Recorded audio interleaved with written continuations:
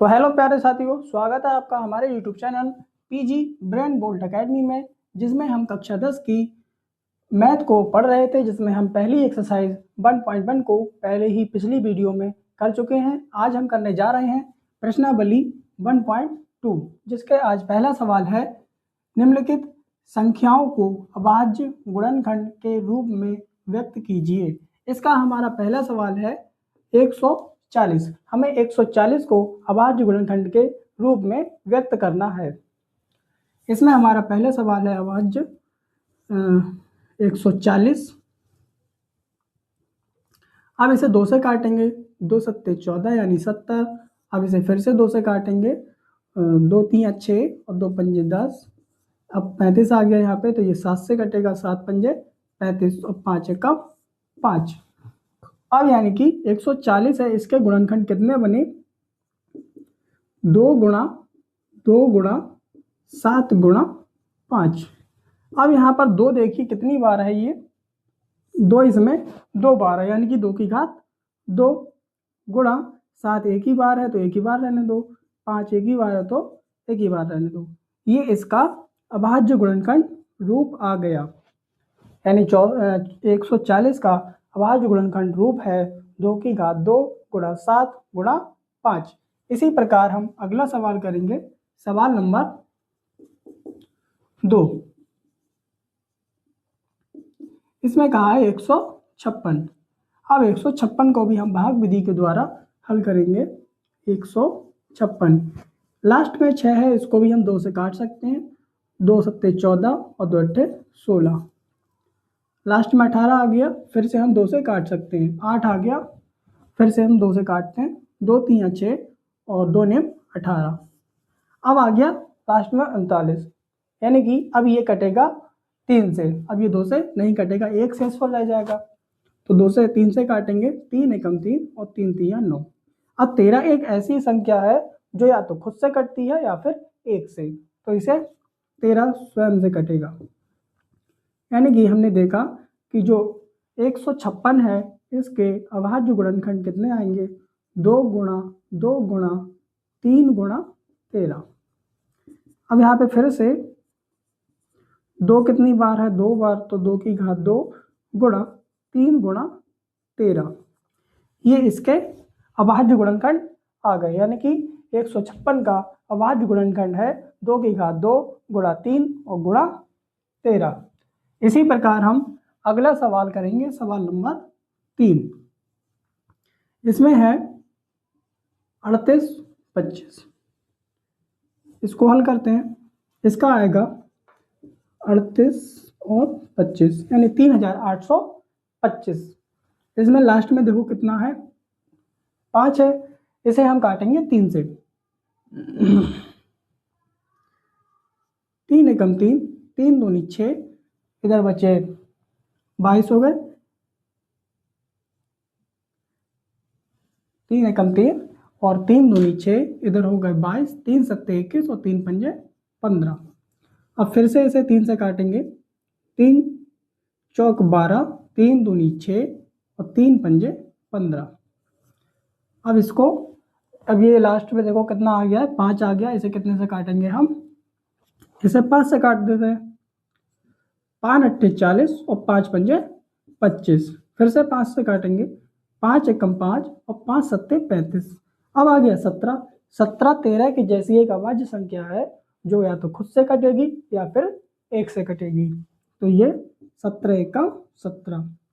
38 25 के अभाज्य गुणनखंड हो जाएंगे 3 गुणा 5 गुणा 5 और गुणा 7। 3 कितनी बार है? 2 बार है 3, तो 3 की घात 2 गुणा 5 2 बार है तो 5 की घात 2 गुणा 17, यानी 3825 के अभाज्य गुणनखंड हो जाएंगे 3 की घात 2, 5 की घात 2 और गुणा 17। ऐसे ही ये अगले सवाल होंगे 5005 और 7429। इनको अगला सवाल है हमारा सवाल नंबर 4। सवाल नंबर 4 है 5005। इसको काटते हैं, पहले 5 से काटेंगे, 5 एकम 5 और 5 एकम 5। अब इसे काटेंगे 7 से, 7 एकम 7, 3 बचे, इधर हो गए 30, 7 चौक 28, 28 में 30 में से 28 गए, 2 बचे और इधर हो गए 21, 1 लगा है तो 7 तिया 21। अब ये आ गया 143। अब इसको काटेंगे 11 से, 11 एकम 11 और 11 तिया 33, 13 एकम 13। 5000, 5 के जो अभाज्य गुणनखंड होंगे वही होंगे 5 गुणा 7 गुणा 11 गुणा 13। यह इसके अभाज्य गुणनखंड हुए। ऐसे ही अगला सवाल है 5। ये सवाल आपको स्वयं करना है, अगर नहीं होता है तो आप कमेंट बॉक्स में कमेंट कर दें, मैं इस सवाल को भी हल करा दूंगा। बाकी आपके चारों सवाल हो चुके हैं। अब इसका दूसरा सवाल है, सवाल नंबर 2, पूर्णांकों के निम्नलिखित युग्मों के HCF LCM ज्ञात कीजिए तथा जांच कीजिए कि दो संख्याओं का गुणनफल बराबर मासा गुणा लासा। इसमें पहला सवाल हमें दिया है 26 और 91, यानी कि हमें 26 और 91 का मासा और लासा ज्ञात करना है। फिर उस मासा और लासा की गुणा करा करके चेक करना है कि वह दोनों संख्याओं के गुणनफल के बराबर है या नहीं। तो इसका पहला सवाल करते हैं, जो है 26, इसको हम 2 से काटेंगे, 2 एकम 2, 2 तिया 6, 13 आ गया, 13 एक अभाज्य संख्या तो 13 एकम 13, यानी कि 26 के गुणनफल आए, 26 के गुणनखंड आए 2 गुणा 13। ऐसे ही हम 91 का चेक करेंगे, ये खुद 13 से कटेगा, 13 7 91 और 7 एकम 7, तो 91 के गुणनखंड आए इसके 13 गुणा 7। तो इस हिसाब से मासा हमारा वो होता है जो दोनों संख्याओं के गुणनखंडों में एक ही जैसा हो, तो वह हमारा मासा कहलाता है। यहाँ पर भी 13 और यहाँ पर भी 13, तो ये मासा हो जाएगा, मासा या फिर HCF बराबर 13। और इसका जो लासा है यानी कि LCM बराबर कितना हो जाएगा, जो दोनों जगहों पर होता है उसको एक बार लिखते हैं और जो नहीं होता है बचे हुए उन्हें भी साथ में गुणा में लिख देते हैं। 13 दूनी 26 और 26 ही 7 बार गुणा कराई जाएगी तो आएगा 182। अब इसमें हम चेक करते हैं कि क्या दो संख्याओं का गुणनफल बराबर होता है मासा गुणा लासा के। आइए देखते हैं कि दो संख्याओं का गुणनफल बराबर मासा गुणा लासा।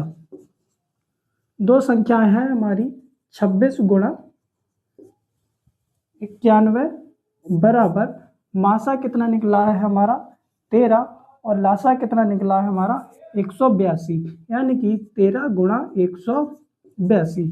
अब इनकी जब हम गुणा कराएंगे तो हमारा आएगा, इसका आएगा 2366 और इन दोनों की गुणा कराने पर भी आएगा 2366,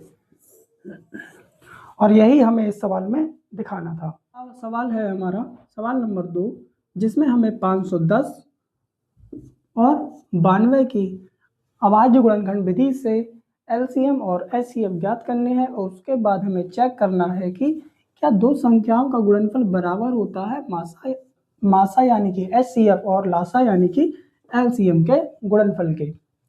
तो सबसे पहले हम अभाज्य गुणनखंड विधि से इनके HCF और LCM निकालेंगे। तो 5 से 10 को काटेंगे 2 से, 2 दूनी 4, 2 पंजे 10, 2 पंजे 10, लास्ट में 5 है तो इसे हमें 5 से काटना होगा, 2 से काटेंगे तो एक शेषफल रह जाएगा, 5 पंजे 25, 5 एकम 5 और ये कटेगा 13 7 91 और 7 एकम 7, यानी कि 510 के जो अभाज्य गुणनखंड निकले वह निकले 2 गुणा 5 गुणा 13 गुणा 7।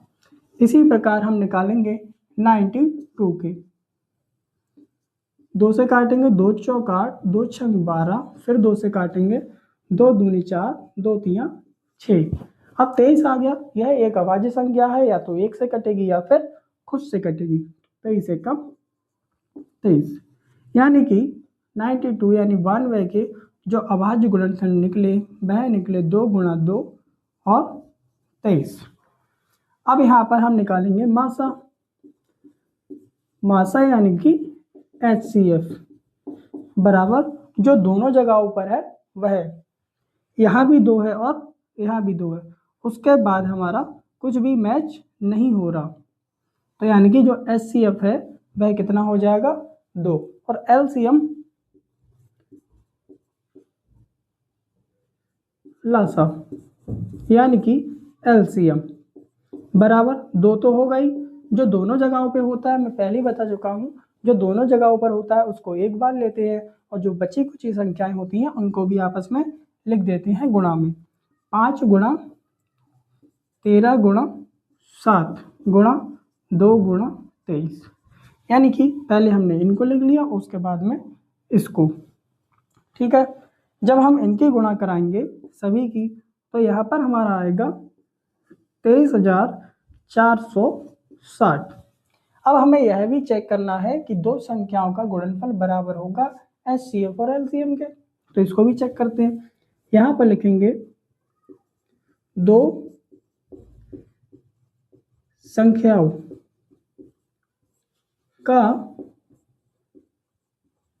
गुणनफल बराबर मासा गुणा लासा। दो संख्याएं कौन सी?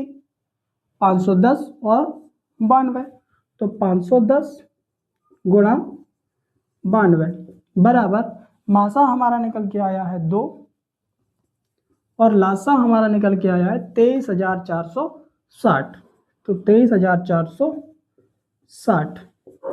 जब हम इसकी गुणा इसमें कराएंगे तो आएगा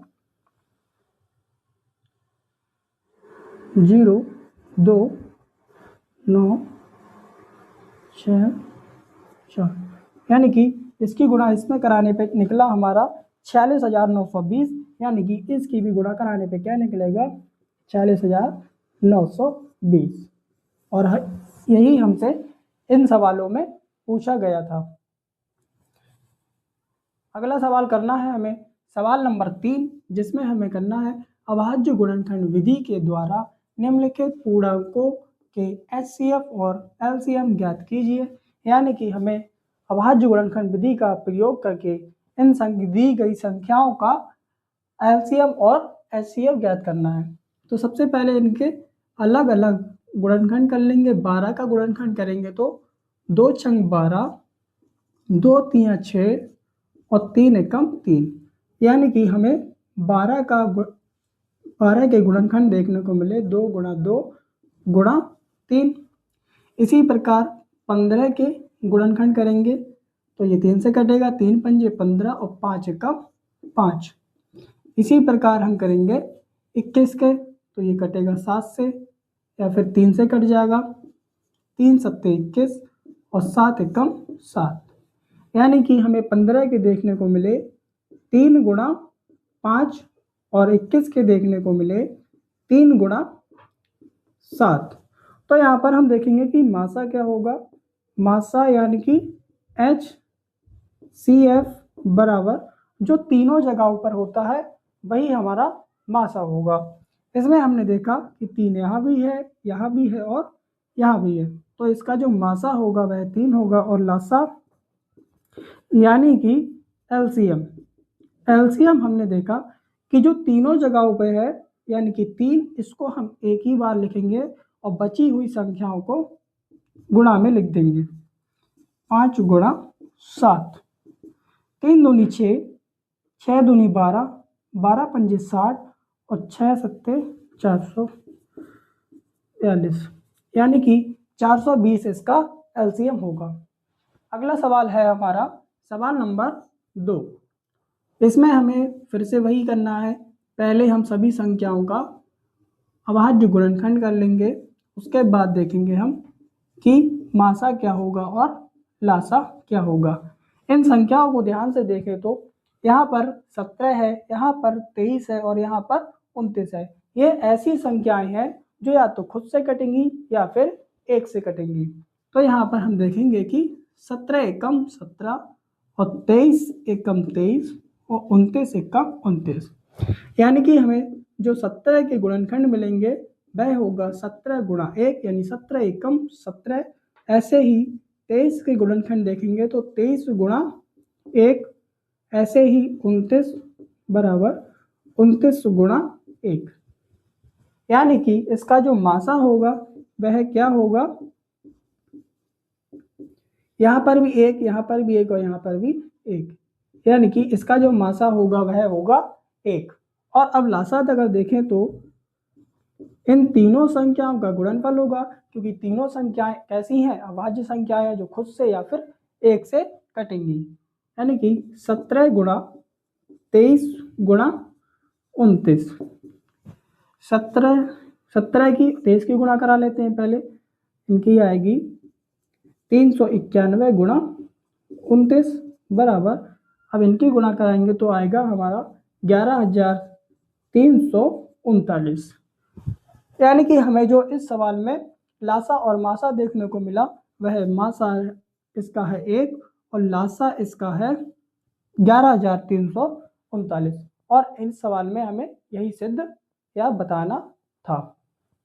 अगला सवाल करते हैं, सवाल नंबर 4, जिसमें हमें HCF दिया हुआ है 9 और LCM हमें ज्ञात करना है, और हमें संख्याएं दी हुई हैं 306 और 657।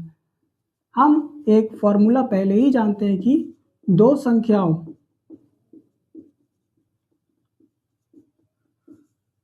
का गुणनफल बराबर मासा गुणा लासा।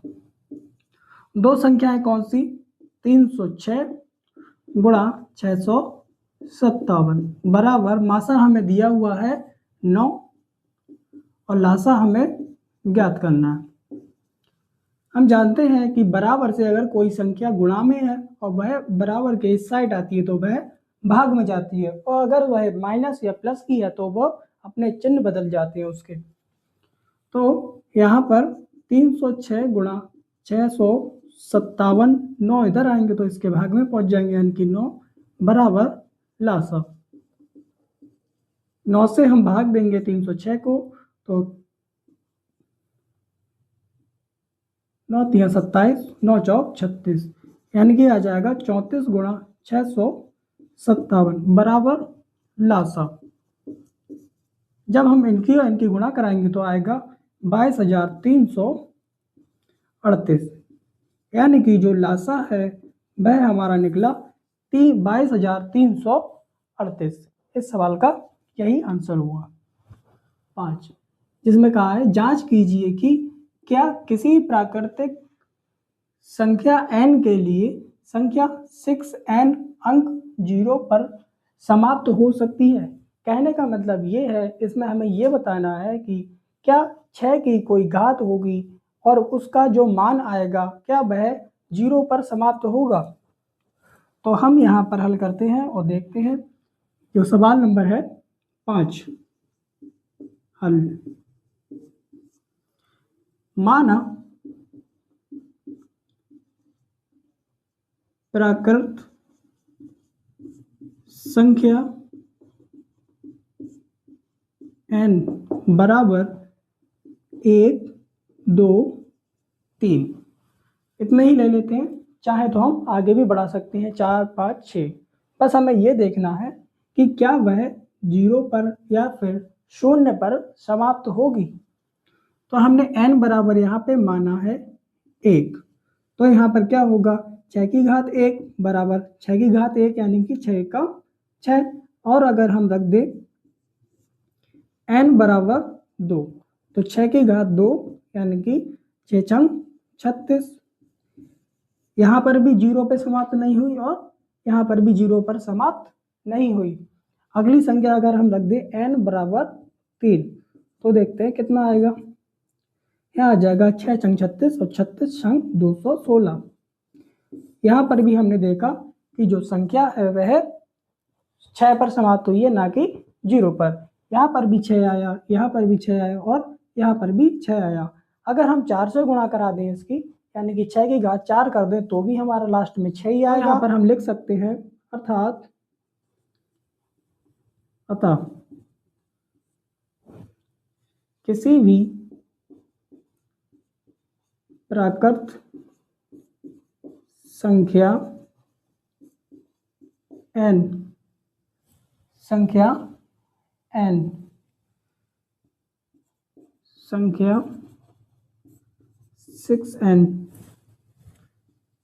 अंक 0 पर समाप्त नहीं होगी। और यही हमें इस सवाल में बताना था। अगर वीडियो अच्छा लगा हो तो इसे अपने दोस्तों के साथ शेयर करें।